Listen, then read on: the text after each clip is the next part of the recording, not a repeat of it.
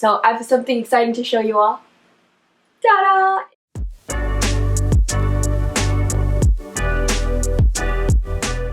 Hi everybody, it's Katrina and thank you so much for clicking. So I wanted to just give you all a little bit of an update since it has been several months since I've uploaded a video. So I graduated grad school at the end of May and I moved home to California at the end of June, and right after I moved home I started a summer job. So I was teaching summer school virtually, and it was really exciting and also nerve-wracking because it was my first time solo teaching and creating like my own curriculum, having my own students, and starting a class virtually. And so I was teaching a summer school in Massachusetts while I was in California, so I had to deal with a time difference, and it was a great experience full of challenges and learning moments, but I'm really grateful. I'm so proud of all my students, even though I did not see most of them for the entire summer, but I'm so proud of them for all passing, and I'm extra grateful for the experience because I'm not teaching this fall, and I'll get into that a little bit later in this video. So now that I'm all done with summer school, I do have a little bit of time to film the videos that I've been wanting to make. So I know it's been a while since I've graduated, but I'm here to finish off the grad school Q&A series. And so last May I did a pre-grad school Q&A. I sat right here to do it, and then this February I did a grad school Q&A, and now I'm finally here to finish it off with the post-grad school Q&A. So I have a bunch of your questions that are really good questions, so I'm so grateful for those of you who left a question. You left them all a couple of months ago, but I reread them now, and I'm really grateful that I chose to wait because I feel like I definitely have different answers and more insight to some of these questions with my experiences now as compared to a couple months ago. So hope y'all enjoy, and let's get into the questions. So the first question is, do you plan on coming back to LA, or will you establish yourself in Massachusetts? I'm back in LA now, but there was a moment where I briefly entertained the idea of living in Massachusetts for like a year or two, but I kind of had to just like shut myself down quick as I was considering, you know, my family, Ryan and his family, and of course the financial aspect of living out and paying rent as opposed to moving home and finding a job near home.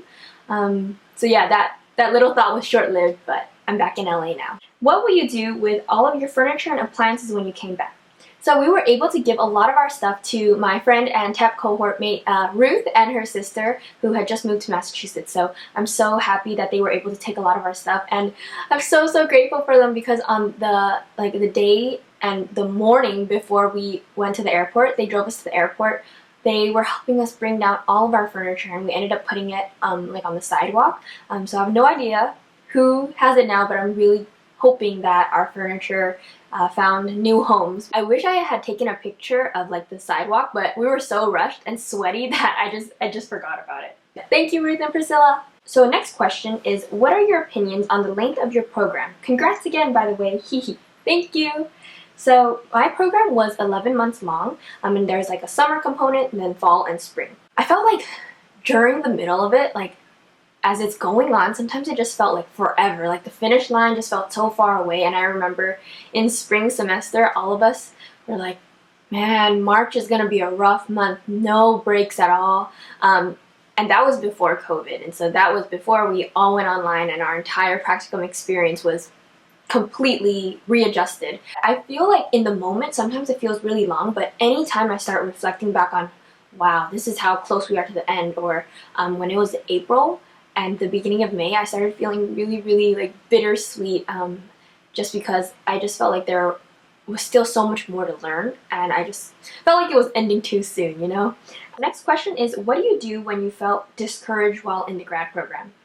So I asked Ryan this, and he said, you find people like me to vent to, which is true. I feel like Ryan, my cohort friends, anyone who would be willing and able to listen to, you know, some of my frustrations or anxieties or things that were stressing me out, it would be so helpful to just let it out. And sometimes they would have such great ways to reframe it, or takeaways, or just, even if it's just like stressing out with me and like, oh, Katrina, validating my feelings, it'd feel really nice. And I think I had this whole like, I sulk, I vent, you know, I journal, I express my frustrations and stress and anxieties, and then I also try to spend some time to take note of like the little wins and the little moments of joy. So a day at school might have been very, very stressful, but a student might have said, "Hey, Miss Yip, you have some nice pants today," and so that would be something that I wanted to take and remember with me. So I would always try to be mindful of journaling those happy moments as well. And another thing I think I did towards the end that I found to be helpful, although quite difficult sometimes, was to release the need to do things exactly the way I learned. And what I mean by this is, in our grad school classes at HGSE, we would learn best practices, methods, strategies, and sometimes when we went into our school sites, we wouldn't see things the way that we learned them. But I think that there came a point where I was like, okay, I just need to embrace that each teacher does things differently, and there could be multiple different strategies that work and that are effective, to be okay with it and to know that this is not my classroom. I don't have to do things exactly this way, but for now, I do need to learn and not try to change everything up. The next question is, what would you tell yourself if you could talk to June 1st, 2019 Katrina? So that is 1 week before I started grad school last year, and I would tell myself 2 things. The first thing would be, do not wait until after graduation to start exploring Boston. So I had this whole thought that, okay, the school year is really busy, so I'm just gonna focus, and then I'm gonna stay 1 month after and really explore and just kind of do all the things that I wanted to do during the year. Of course, that is before COVID, that's before I knew that we would be in quarantine. So basically, my last extra month was just being at home. The second thing I would tell myself is the reciprocity process, getting your license from Massachusetts to California, is not as automatic and smooth as you think it will be. And to be in early and constant communication with both the licensure staff at HGSE as well as the CTC, which is the California Commission on Teaching Credentialing, which is basically the department that certifies people to teach in California. So this is going to bleed into the next question, but basically I would have told myself to do everything early and to make sure that I know exactly what I need. So the next question is, what were some of the most difficult roadblocks you've encountered? So I'll talk a little bit about just some difficulties during the year, and then I'm going to spend the bulk of this answer talking about the current roadblock that I'm facing right now. I don't know if this is exactly considered roadblocks, but during our program, there was this misalignment between the program expectations, or what I had expected, versus the reality of my practicum experience. And again, it is very different depending on, the mentor and the classroom and the course that you get and the school you're placed into. But I just felt like because of that misalignment, it did affect the experience that I had, and I did experience a lot of internal roadblocks and internal tension. But the most recent and big roadblock that I'm facing right now is that I'm not fully credentialed to teach in California yet. It's going to get a little bit technical, this part of the answer, so if you are not going into teaching, and especially if you're not planning to go to an out-of-state school and then return back to your home state, you can skip to the next question. But I do want to spend a bit of time in case anybody is in my shoes, so that you don't have to go through this. Basically, each state has its own requirements of what you need and the kind of license that you need to teach in that state. So every state has its own tests. So in Massachusetts, there's the MTEL. In California, there's the CBEST and CSET. And very recently, I found out the CTEL. But when I went to Massachusetts, I had to take the Massachusetts tests, and we went through the program to get our Massachusetts license. This does not allow you to teach in any other state until you get the proper license. So you have to take that license and transfer it to whatever state you're planning to go to. California is one of the stricter states, so they have more requirements. And basically, I found out that one part of my Massachusetts license, right, there's this one part that allows you to teach English language learners, and in Massachusetts, it's called the SEI endorsement, or the Sheltered English Immersion endorsement. I found out recently, so a couple of weeks ago, that it did not correspond to the California version, which is called the English Learner Authorization, or the CLAD. And because of that mismatch, I need to take the California test to get that English Learner Authorization, and it's a total of 3 tests called the CTEL. So I found out that that is a reason why my application was not going through HR in many districts, and I wasn't hearing back from a lot of the districts. I just found out even more recently, like a week ago, that certain districts like LAUSD, which is a huge district, actually issues emergency CLADs or English Learner Authorizations, where they will give you a waiver that is good for 1 year so that it helps you as you are obtaining the actual certificate. So basically, I need to take an additional 3 tests, and once I pass those tests, I can turn in all my application documents and submit it to the CTC again. Each application takes 50 business days to process, and so if I'm lucky, the earliest I'll be fully credentialed will maybe be in February. So let me dial back. Because of COVID, there are not a lot of testing dates available. I signed up for the next earliest testing date, and that is in October. So it's still a way to go from now. I definitely wasn't expecting this, and I feel like it really hit hard at first. I went through this period of just intense emotions and just this feeling of just like disappointment and discouragement, because I feel like I'm getting all emotional kind of thinking about it. But I remember when I sat here filming my pre-grad school Q&A video, I had talked about how I felt when I just found out that I needed to take Massachusetts tests, right? It was this feeling like, oh, I thought I was done already, and I had to take 2 more tests. And I've already taken a total of like 7 tests. I've taken the CBEST, 3 C-sets, the GRE, the MTEL Literacy and Communications, the MTEL History, and now I need to take 3 CTEL tests. So a total of 10 tests to just try to be a teacher, and I just feel like this is not what I had expected would be like the journey, and I just feel like I hate standardized tests. I can't believe I'm crying. I thought I was over it already.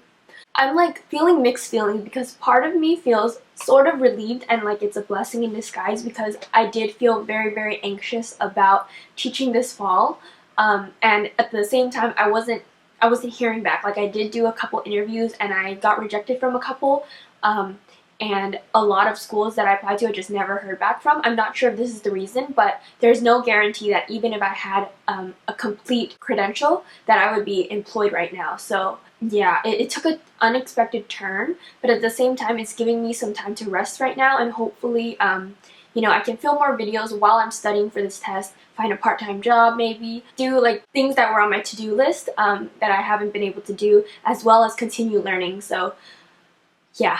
I was really frustrated in the beginning because I was communicating back and forth with the licensure staff and it just never came up, and I had to wait like 50 business days to even hear back about my credential, and to just know that I could have spent time earlier doing all this, instead of now missing, you know, this window of time before school started.